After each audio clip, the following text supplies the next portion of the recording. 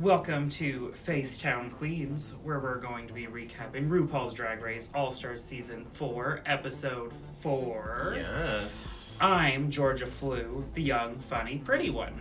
I'm Majenta with the J, the old one. All right, so we have Jersey Justice, our improv episode, similar to the Bachelor from last All-Stars. In this scenario, Michelle Visage is the judge, doing a Judge Judy style thing, but with a Jersey twist. We've got 3 teams. Our first team was Manila Luzon and Naomi Smalls.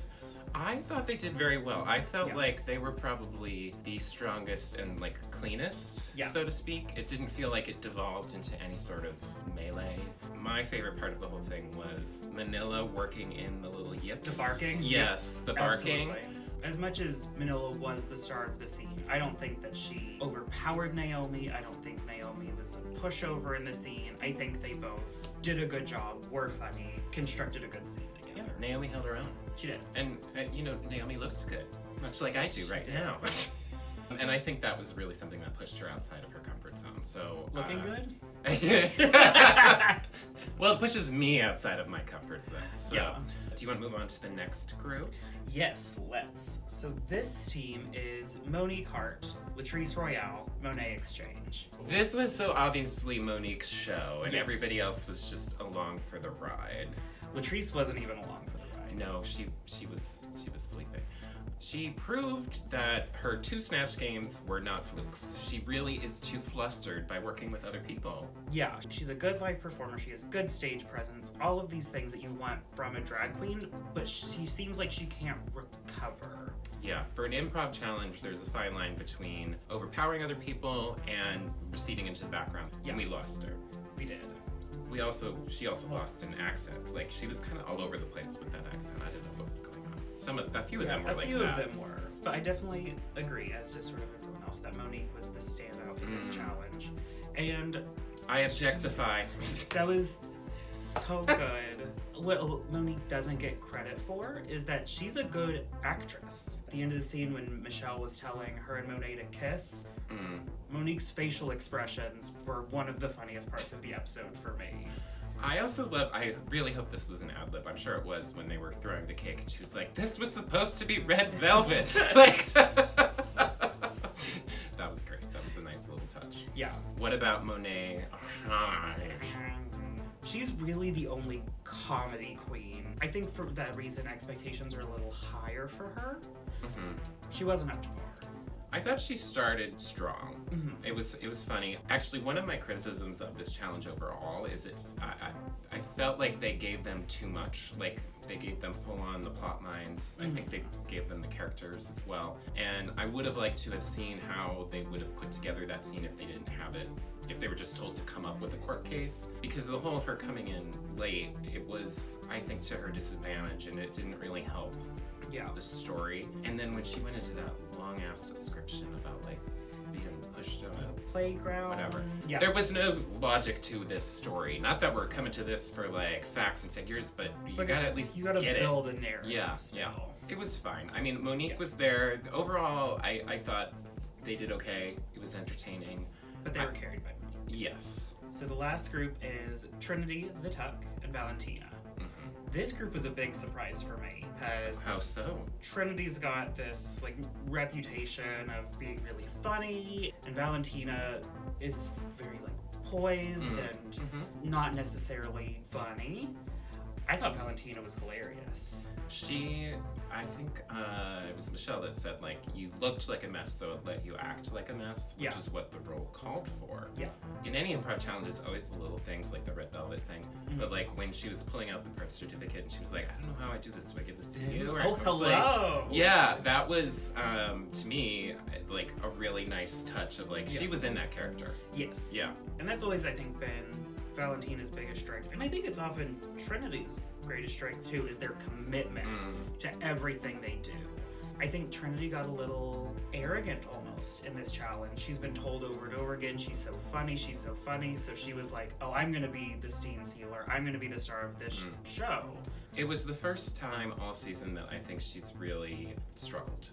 I mean, it was from right off the bat, forgot her name. Girl, it's improv, If you forget the name, make one up on the spot. Right. Like, who cares? It doesn't matter if it was given to you or not. So after the challenge, everybody thinks Latrice is going to be in the bottom, except for Latrice, who's like, I don't even see how that's possible. Yeah. I felt like every conversation Latrice had with somebody, it went from like, is it even possible to like, it's not only possible but likely to like, girl, you sucked. Girl, you're in the bottom. So let's jump to the runway. Curves and swerves, padded for the gods. She was the star of the challenge, and I kind of think she might have been the star of the runway. Monique Hart. Yep, she had my favorite of the week. I am okay with this if this is the last brown cow studding. Yeah. Because it was such a fascinating silhouette and look, and she's Alexander Moo Queen, which was funny. Mm-hmm. And Carson even pointed out that like the angles actually did kind of look like the way cows' hips are, which was really cool. I thought that was a great interpretation. Now she needs to take the brown cow out and, you know, make some steaks and move on. But I think that was a right moment to pepper it in. And if we don't see it again the rest of the season, or ever, that'll be just about right. I would also like to talk about Trinity the Talk. Mm-hmm. Did you enjoy it as much as I did? I enjoyed it. I don't know if I did it as much as you did. It's a very sort of interesting effect. She was also really tightly cinched, so it gave her body a little bit more of that accentuation.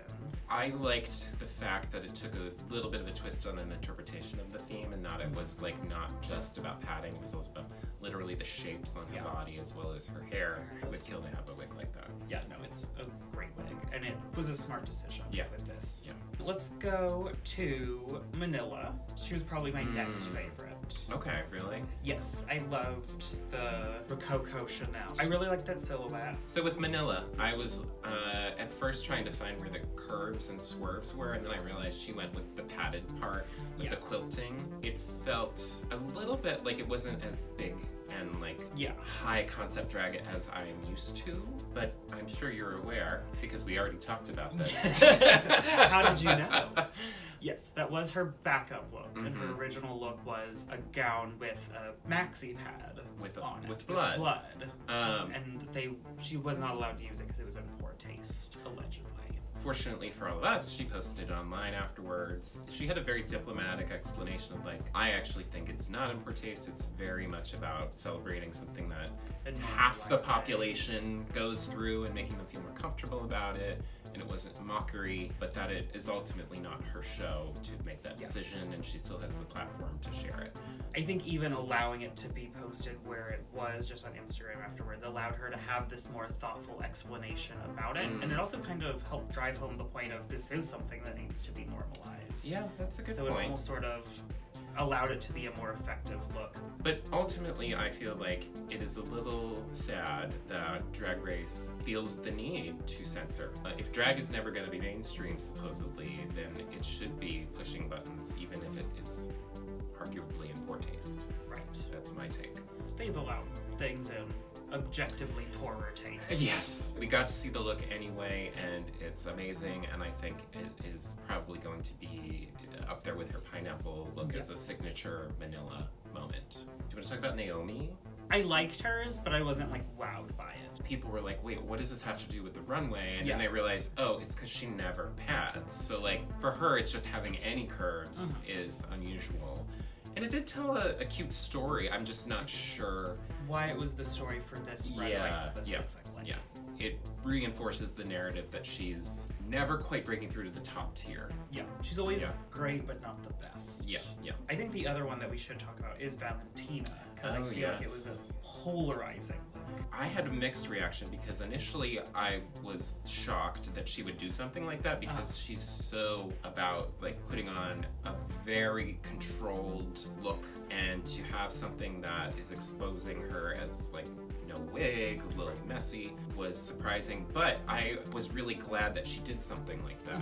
My biggest thing, somewhat similar to Naomi, was that it did not seem to me to match the theme. If the challenge was drag behind the scenes, would have been a total slate it. Part of why I liked it is because I liked it and hated it at the same time. Yes, that's. And I was like, I like that it made me have that reaction. I liked it for the theme. Because of the exposed pads, like I kind of got it. I would have liked if she had made herself fully look like a mannequin. Like down to like, you know, they have certain like black markings and sometimes writing and things like that, and the little like thing to turn to adjust, like the tape. Yeah, that could have been a really cool way. I mean, at that point, it becomes a different look. But it's a way to get the same concept. Right? Yeah. So yeah, let's talk about Monet. I was kind of meh on it. I've seen a lot of queens do that reference before. There was no twist on the reference. No. You know, it was well executed for the most part. I mean, the glass on her ass was wobble wobble. It was basically a direct copy of that look. An easy reference. I've seen lots of queens do it. I feel like it's kind of the first thing that came to her mind, and she just did it. Yeah, Latrice has picked the same look almost every week and just changed the color, perhaps. Yeah, I don't even think this was the best of her gowns. Yeah. So I was pretty disappointed. I was hoping for more. Yeah. We didn't really see a really creative runway from her. I mean, she always looks good. It's just the same look. Yeah. Slightly altered. So the lip sync, Manila versus Monique. The Bitch is Back, as written by Elton John but performed by Tina Turner. The second you see those outfits, you go, oh, it's a Tina Turner song. Yes, exactly. Before they did the lip sync, I had one moment that was like another little nugget in this episode that made me laugh so hard was the little message from Elton John and then Trinity going, come on, message. Like, it wasn't come on, Elton, or like anything else. It was come on, message. She's like, that's a message, and I support it. Clear winner. All Monique had to do to win a lip sync was keep her wig on. But she gave me full Tina Turner tea. I loved it. She sold the fantasy. She picked a really good outfit for it. Right. She dared her wig to come on. Everyone watching that was like, I was like, huh. And then afterwards, you could see, like, after the song was over, she was like looking at the other girls, like, look, my wig's staying on! So Monique wins the lip sync. Yeah. Were you surprised that she picked Latrice to leave? No, I was not. I was really unsure. Once she revealed it, I'm like, that makes sense. I will say that the past 2 weeks have taught us that if you say up front who you're going to eliminate, you will not win the lip sync. Because they want that little moment of suspense. Yeah. Tough to see Latrice go, but it was a fair decision. Yeah, Georgia, I agree with you. Please never do that. That makes me feel like I'm in the wrong. So my royal flush is a particular moment from the episode. Valentina's reaction once coming back from deliberations. Ladies, I am boiling. My blood is simmering through my veins. Oh, God. That was great. Immediately, like, a great meme and all that. It was a twist on Milk's That's a Lot of Emotion for Safe, where crying and being upset because you weren't praised sufficiently enough, coming from someone who is used to constant praise. So, Valentina, a little humility goes a long way, and I don't think that reaction was warranted. My royal flush is also a moment in the episode, and it's Trinity forgetting her name. She makes this big deal earlier in the episode about how improv's all about quick thinking. Michelle goes, what's your name? Trinity.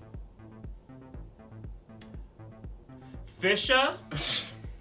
Pice. Remember your name, girl. So our winning hand this week is... Monique Hart. The first time we've had someone win 2 winning hands. I feel like this was the easiest winning hand of the whole season. It was the rare case of not only doing the best in the challenge, but arguably the best on the runway as well.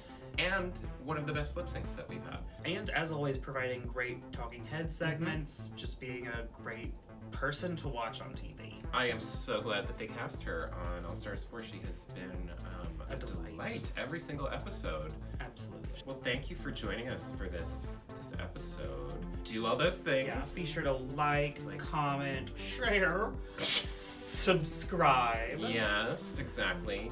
See you next time. You didn't do the awful thing that you did last time. Pew! There we go. Why?